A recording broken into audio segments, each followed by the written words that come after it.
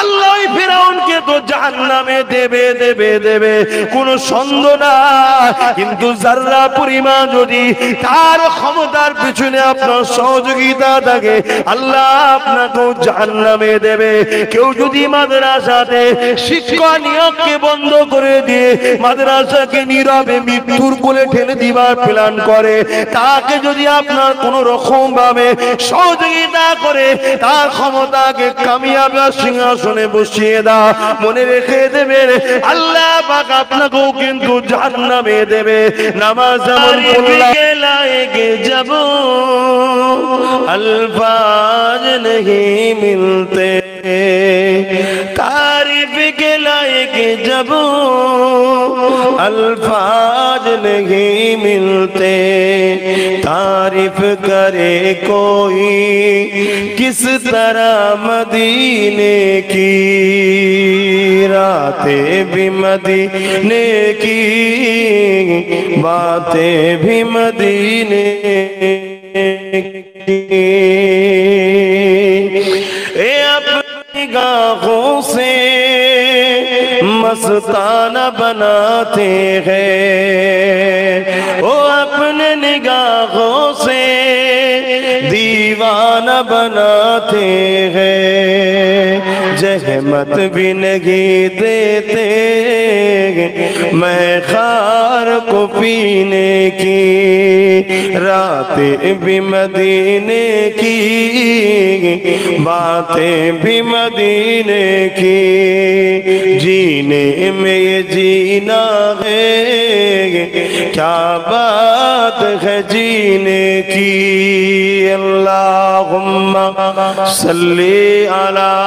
मुसलमानेर ছেলেমেয়েরা তরুণেরা আযান দিয়ে দিয়েছে, সংক্ষেপ করব আলোচনা।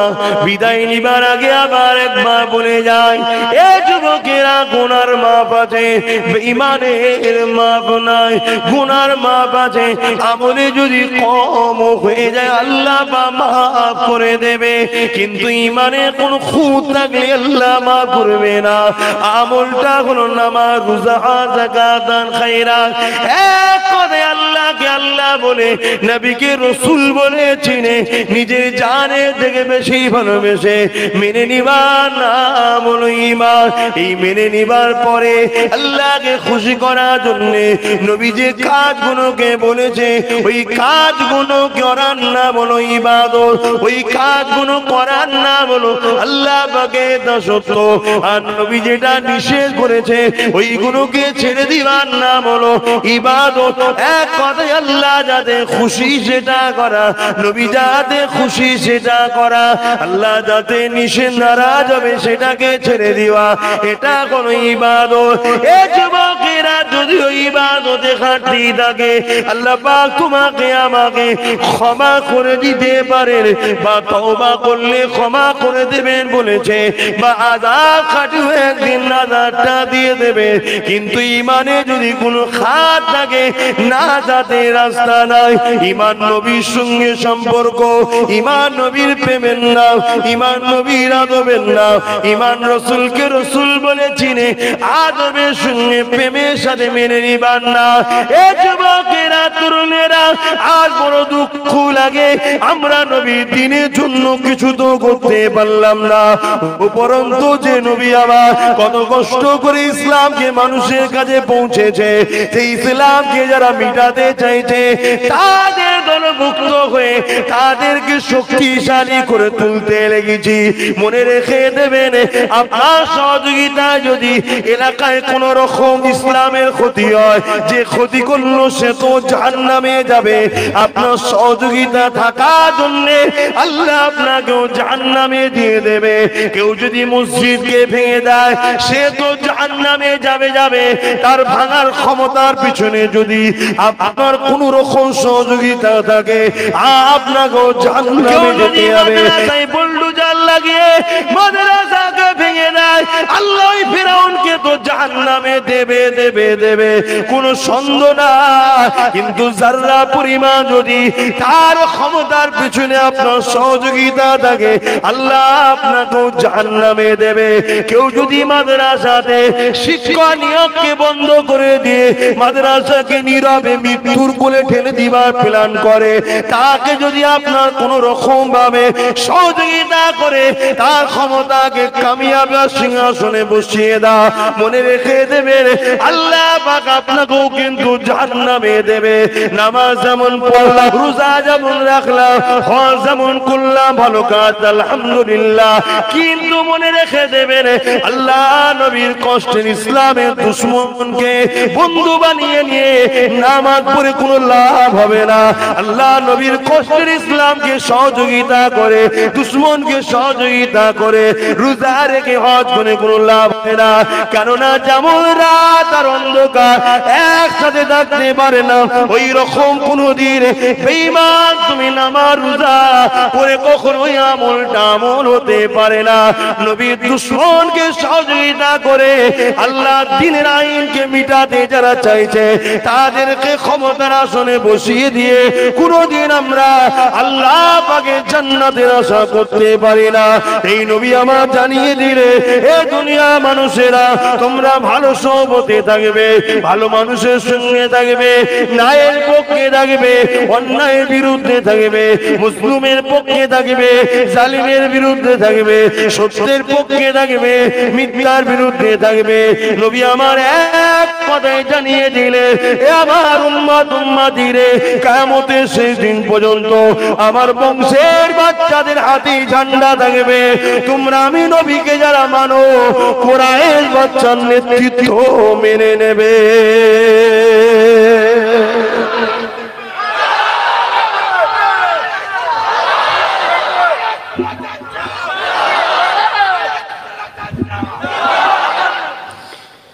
বাপ কে কি নজরে আমার জলসা লিচ্ছেন আমি জানি না, আল্লাহকে সাক্ষী রেখে বলছি আমার লক্ষ্য আমার ভালোবাসা ধর্মের উপরে সন্ত্রাসী হামলার হাত থেকে আমার ধর্মকে সুরক্ষিত রাখার চেষ্টা করা। এই সুরক্ষিত রাখার দুটো পন্থা আছে।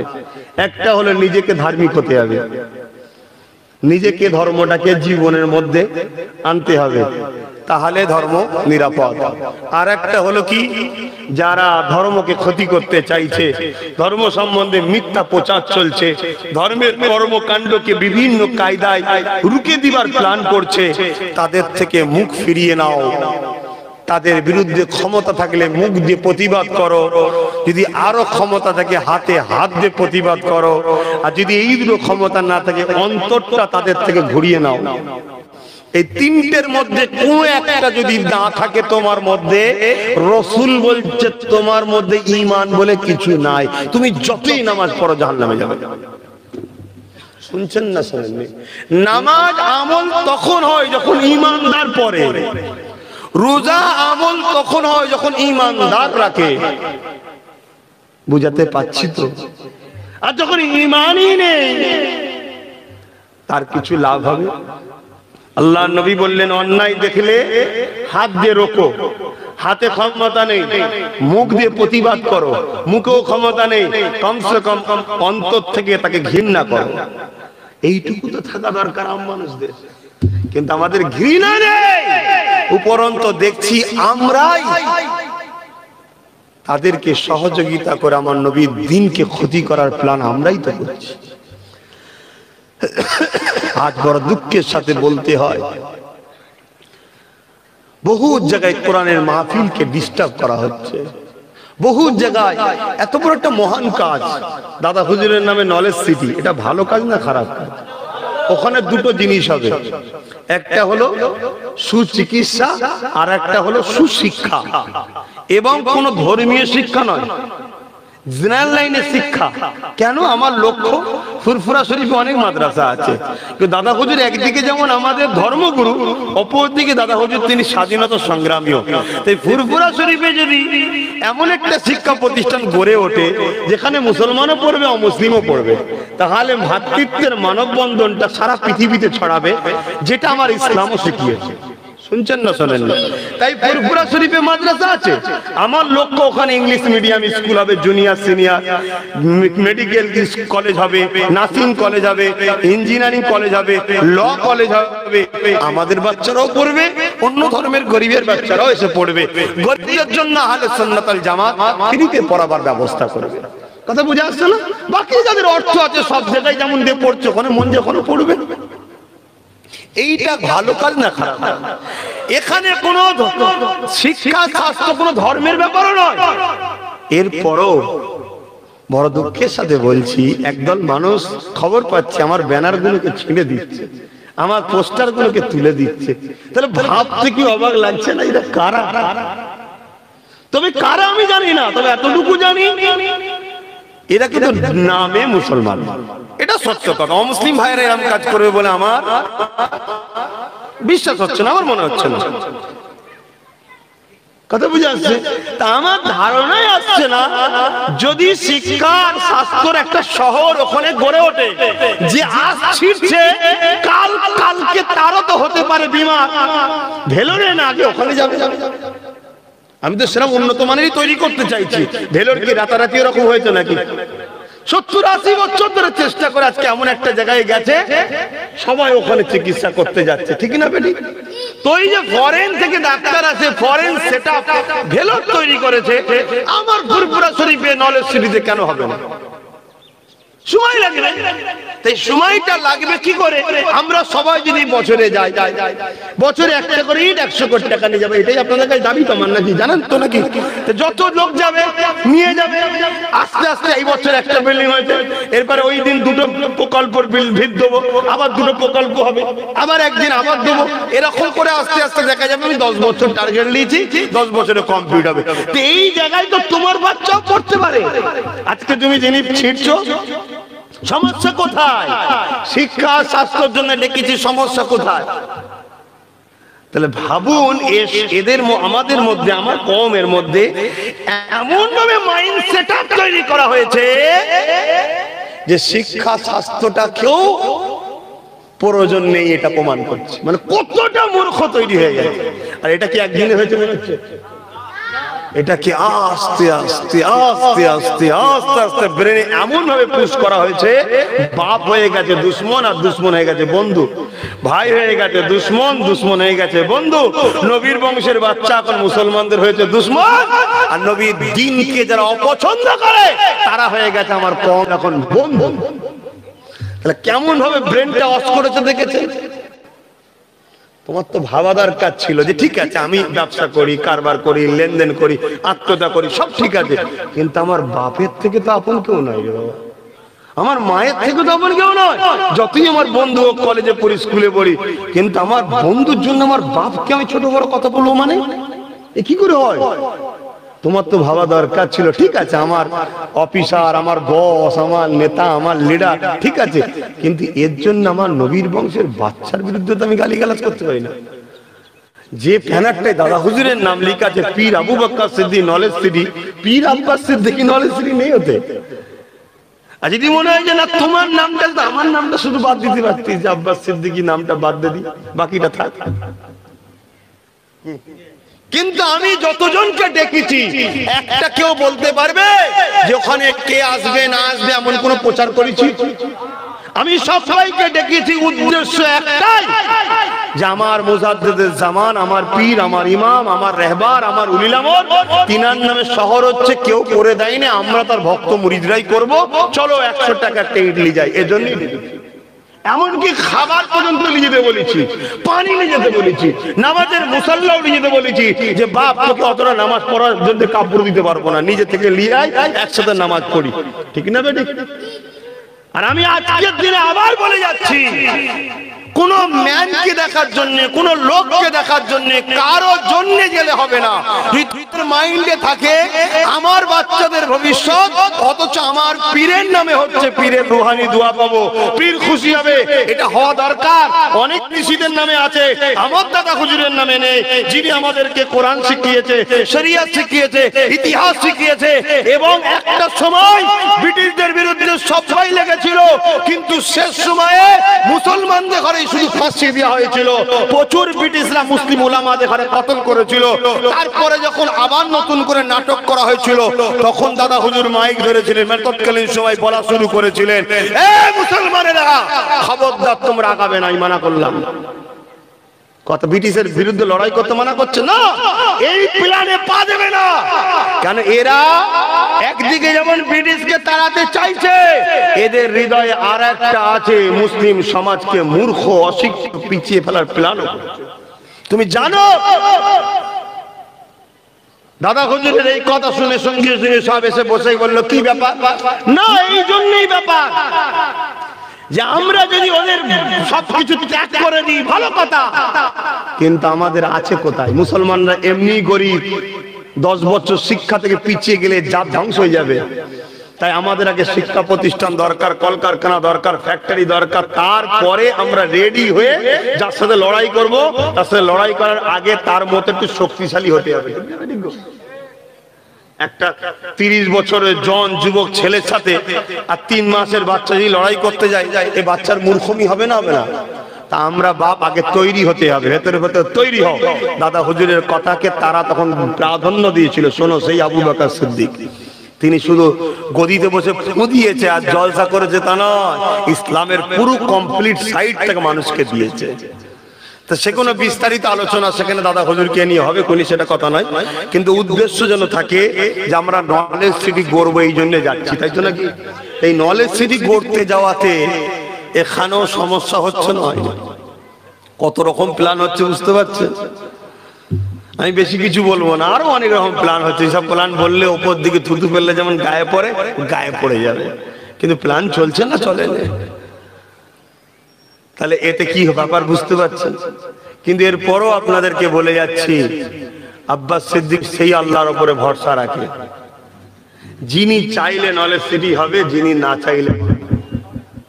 তিনি কে? আর আল্লাহ যদি চায় আপনারা সবাই মিলে বিরোধী করো বন্ধ করতে, আর আল্লাহ যদি বলে করব, আল্লাহ যদি বলে হবে না, আপনারা সবাই মিলে চেষ্টা করলো পারবেন না। তার উপরে ভরসা করে করছি, চেষ্টা হচ্ছে আমার কাজ, হবে কি হবে না এটা আল্লাহ পাক জানেন। তবে মকসদটা ভালো না খারাপ, একটু যে যাই হন একটু বলুন মকসদটা ভালো না খারাপ। একটা শিক্ষার শহর আর সুচিকিৎসা শহর যদি হয়, এই কাজটা ভালো না খারাপ? কে করছে ছেড়ে দেন। আজ আব্বাস সিদ্দিকী বেঁচে আছে, কাল তো মরেও যেতে পারে, কিন্তু ওটা তো রয়ে যাবে। কি গো, ঠিক না? এই কাজটা ভালো না খারাপ? বাপ ভাই একটু হুঁশ করে কাজ করে। আমি জানি তোমাকে বোকা বানানো হচ্ছে, আর তুমি বোকার মতো ভুল করে ফেলছো। এটা তোমারও ভবিষ্যৎ হচ্ছে, তোমার বাচ্চার ভবিষ্যৎ হচ্ছে। ভুল করো না। আল্লাহ আমাদেরকে বুঝার তৌফিক দেন। বলুন আল্লাহুম্মা আমিন।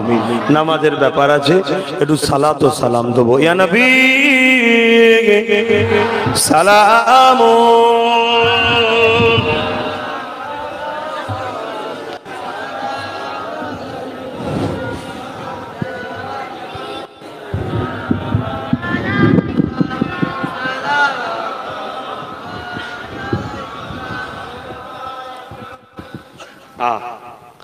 আল্লাহ আমরা পড়েছি যে আমার দয়াল নবীর কাছে যখন সাহাবারা যেতেন, তাদেরকে অনেক রুকা হতো, অনেক মারা হতো।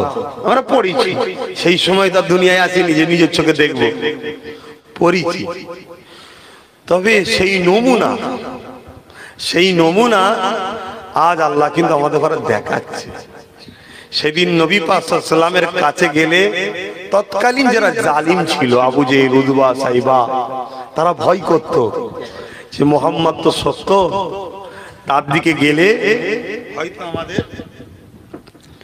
আমাদের এই জুলুমের পাওয়ারের যে সাম্রাজ্য ধ্বংস হয়ে যেতে পারে, তাই তারা রুখত, মারত, হত্যা পর্যন্ত করেছে। শুনছেন তো ভাই? তো তখন আমরা তো দুনিয়ায় আসেনি, পড়েছি, আপনারাও পড়েছেন কিংবা শুনেছেন, ঠিক না বেঠিক? কিন্তু আজকে সেই নমুনা একটু দেখছি। তখন নবীর কাছে যেত, এখন নবীর গোলামদের কাছে। আমরা তো নবীর গোলাম, আমরাও সেই নবীর পক্ষে কথা বলি। আজকেও কিছু জালিম যারা জুলুমের সাম্রাজ্য তৈরি করতে চাইছে, তাদেরও ভয় হচ্ছে যে আব্বাস সিদ্দিকী নবীর গোলাম, ও নবীর পক্ষে হক কথাই বলে, ও ভুল কিছু বলে না। কিন্তু ভয় আবু জেহেলের মতো ক্ষেত্রে যে আমার জুলুমের সাম্রাজ্য নষ্ট না হয়ে যায়। তা মনে রাখবেন, 21শে অগ্রহায়ণের প্রোগ্রামটা কোন রকম অন্য প্রোগ্রামের নজরে না দেখে যারাই যাবেন মাইন্ডে কিন্তু একটা সেটিং করে যাবেন, কি আমার মুর্শিদ কেবলার নামে আমরা তার রুহানি বাচ্চা এবং আব্বাস সিদ্দিকী তার রক্তের বাচ্চা, এই এক আমরা সবাই মিলে, বাচ্চারা মিলে আমার মুর্শিদের নামে এই শহরটা তৈরি করব।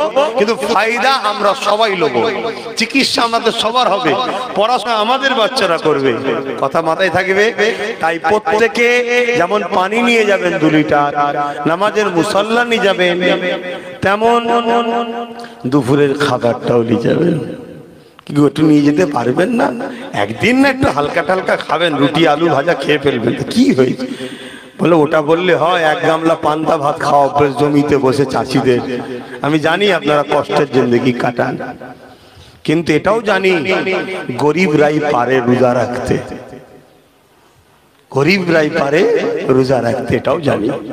তাই একটা দিন একটু হালকা টালকা নিয়ে যাবেন, নিয়ে যে আমরা একসাথে জোহরের নামাজ পড়বো, লাখো মানুষ নামাজ পড়বো, আল্লাহ চাইলে যদি আল্লাহ এক জায়গায় করায় আমাদের ঘরে, নামাজ পড়ে দোয়া নিয়ে যে যার ঘরে চলে আসবো। কিন্তু অবশ্যই প্রত্যেকে 100 টাকা একটা করে ইট নিয়ে যাবেন নলেজ সিটির নতুন প্রকল্পের জন্য। কি কি প্রকল্প হবে ওই দিন? ওখানে বিল্ডিং এর পুরো কি বলে ওকে প্ল্যান তৈরি হয়েছে, সেইটা থাকবে, পুরো সেম জিনিস হবে। আপনারা যতটা এগিয়ে আসবেন, আমি তো চাই 1 বছরের মধ্যে যেন ওই দুটো হয়ে যায়। বলুন ইনশাআল্লাহ, একটু বলবেন না ইনশাআল্লাহ? আল্লাহ কবুল করে বলুন আল্লাহুম্মা আমিন। আমিও চাইছি ভাই, বেঁচে থাকতে থাকতে নলেজ সিটিটাকে দেখে যাবো, এটা আমারও মনটা ভরে যাবে। জীবনে অনেক আশা ছিল, সব আল্লাহ একটা একটা করে করিয়েছে, এটা শেষ আশা। আল্লাহ যেন আমার পীরের নামে একটা শহর করতে পারি। আপনাদের সব যাই না, যাই না, যাই না। তা বছরে যদি 100 টাকার একটা ইট 10 বছর যদি লেগে থাকেন, ভিখারি হয়ে যাবেন। আমি 10 বছর টার্গেট করছি, ইনশাআল্লাহ হয়ে যাবে। তা আপনি তো প্রথম বছরে একবার গেছিলেন 19-এ, অনেক কিছু বলেছিল না? আলহামদুলিল্লাহ লকডাউন ছিল, লকডাউন খোলার পরে 8-9 মাসের মধ্যেই কমপ্লিট হলো না? হলো না? তা আপনাদেরটা কাজে লাগিয়েছি না লাগাইনি? আবার আপনারা এই বছরে যাবেন, সবাই মিলে যান, সবাই মিলে দেন, ইনশাআল্লাহ। আপনি তো 1 বছর পর আবার ডাকবো, তখন গেলে তো দেখতে পাবেন যে হয়েছে না হয়নি। যদি হয় আবার দেবেন, তাহলে আবার 1 বছর পর যাবেন। এইভাবে আমরা আমাদের বাচ্চাদের ভবিষ্যৎটা গড়ে দিয়ে যাবো। শোনেন, কিছু কথা আছে না, বলা যায় না। কিছু মানুষ চাইছে না তোমাদের বাচ্চাগুলো শিক্ষিত হোক, তোমাদের বাচ্চাগুলো ডাক্তার হোক, উকিল হোক, জজ হোক, IPS অফিসার হোক, এরা সমাজের নাম কামাক, দেশের গর্ব হোক। এই কওমের মধ্যে এক শ্রেণীর মানুষকে এমন ভাবে ব্রেন ওয়াশ করানো হয়েছে, তারা চাই না তোমাদের বাচ্চা কোনো ভালো। আরে অন্যজন কি করে চাইবে? তোমার কওমের লোক চাই না কেন? অন্য ধর্মের মানুষের পিছনে সমালোচনা করতে যাব বা কেন বলতে যাব? কি দরকার আছে? আমার বাচ্চাকে আমি বাপই চাইছি না যে ভালো হোক, আমি চাইছি আমার বাচ্চা রাখেল তৈরি হোক। তাহলে অন্যজনের দোষ কিসে? কিন্তু আমি আপনাদের ছেলের মতো, এরা আমার যুবকদের ভাইয়ের মতো, যুবকদের ছেলেগুলো আমার বাবাজি, ভাইপো, তা চাচা হিসেবে চেষ্টা করছি, কিন্তু একা হয় না, একা হয় না। কেন? এ তো বাবার ওই একটা কল বসানো কাজ নয়, বা একটা একতলা বাড়ি করে দেওয়া, 2 কামরা ঘর, এটা নয় বাপ। আপনারা গেলে বুঝতে পারবেন। আজকে আপনারা তো ছোটখাটো এইসব ঘর করছেন, আজকের বাজার মূল্যে কি হচ্ছে না হচ্ছে সবই তো জানেন। হ্যাঁ, অনেকে বলে হুজুরে এত টাকা পাই কোথায়? জমিনে কুদাল মারি, জমিন থেকে টাকা ওঠে। আচ্ছা এত টাকা পাই কোথায়? দাদা হুজুরের ভক্ত মুরিদ কম আছে নাকি? কেউ প্রকাশ্য দেয়, কেউ আস্তে আস্তে দেয়। এই আজকে যেখানে জলসায় গিয়েছিলাম, তাড়াতাড়ি করে হাতে দিয়েছে, আমি দেখিনি। দেখেন এই এখন দেখছি, নাম বলবো না, না বলেই দিই না, আনারুল ইসলাম নম্বর দিয়েছে, ফোন নাম্বার, 500 টাকা দিয়েছে, দেখেন লেখা আছে। এই এখন দেখলাম এতে 500 লেখা আছে, যে দেখছে 500 দেখতে পাচ্ছেন? তাহলে এরকম আল্লাহর বান্দা দিচ্ছে বলেই তো হচ্ছে। আমি সেটা বলছি না যে দেয়নি, কিন্তু কিছু মানুষ আছে দেবেও না,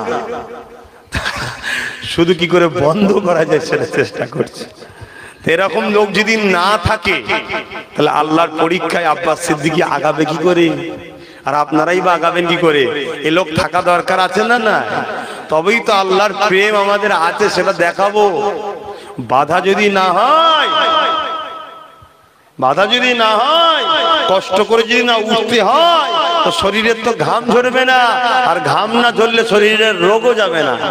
সকালে উঠে মানুষ কাসরাত করছে, লাফালাফি করছে, কি ব্যাপার? বোঝো না, শরীরটা ঠিক রাখতে হবে। এই জমিনে চাষ যদি ঘাম না ঝরতে চাষটা হতো, তা সব জিনিস একটু বাধা থাকে। কিন্তু দুঃখটা কোথায় লাগে জানেন? তোরা আমার কমের ছেলে হয়ে তোদের এইটুকু বুদ্ধি হচ্ছে না, যেটা আমাদেরই ভবিষ্যৎ হচ্ছে, আমাদের বাচ্চাদের ভবিষ্যৎ হচ্ছে। কমসে আমি যদি যে দাঁড়াই, ভাইজান আমার একটা বাচ্চা আছে এইচএস পাস করেছে, 99% নাম্বার পেয়েছে, আমার বাচ্চাকে মেডিকেলে সায়েন্স নিয়ে পড়াতে চাইছি, কিন্তু হুজুর 30 লাখ টাকা ডোনেট চাইছে। জানেন আপনি এইভাবে টাকা লাই কোথা পাবো? হুজুর আপনাকে ভালোবাসে, হয়তো সে আমায় দিন রাত গালও দিয়েছে, আমি জানি না কে গাল দিচ্ছে, কিন্তু ওর বাচ্চাটাকে দেখে বলো কোনো চিন্তা করোনি, তার জন্যই তো করেছি, চলো ভর্তি করো, তোমার বাচ্চাকে আমি পড়াবো ফ্রিতে, চিন্তা নেই। কেন তোমার বাচ্চা ডাক্তার হলে তোমার বাচ্চাকে দিয়ে আমিও তো হাজারো গরিবের উপকার করাবো। তো এইটা বুঝছে না মানুষ, এইটা তখন দুঃখ লাগে। কিন্তু আবার পরক্ষণে মনে হয় যে এত সহজে আল্লাহ পাওয়া যায় না। কি এত সহজে আল্লাহ পাওয়া যায় না? হায় হায় হায় হায়, আব্বাস সিদ্দিকীকে যদি সহজে না পাওয়া যায়, তাহলে আব্বাসের মালিক যিনি, তিনাকে এত সহজে পাওয়া যাবে কি করে? সৃষ্টিকর্তাকে পাওয়া যায় তো সহজে, একটু কষ্ট করতে হবে। তাই অসুবিধে কিছু নেই, একটু বললাম দুঃখের কথা, বেজার হলেন নাকি? যাব अल्फाज नहीं मिलते, तारीफ के लायक जब अल्फाज नहीं मिलते, तारीफ करे कोई किस तरह मदीने की, रातें भी मदीने की, बातें भी मदीने ए अपनी निगाहों से मस्ताना बनाते हैं, वो अपने निगाहों से दीवाना बनाते हैं, जहमत भी नहीं देते मैं खार को पीने की, रातें भी मदीने की, बातें भी मदीने की, जीने में ये जीना है, क्या बात है जीने की।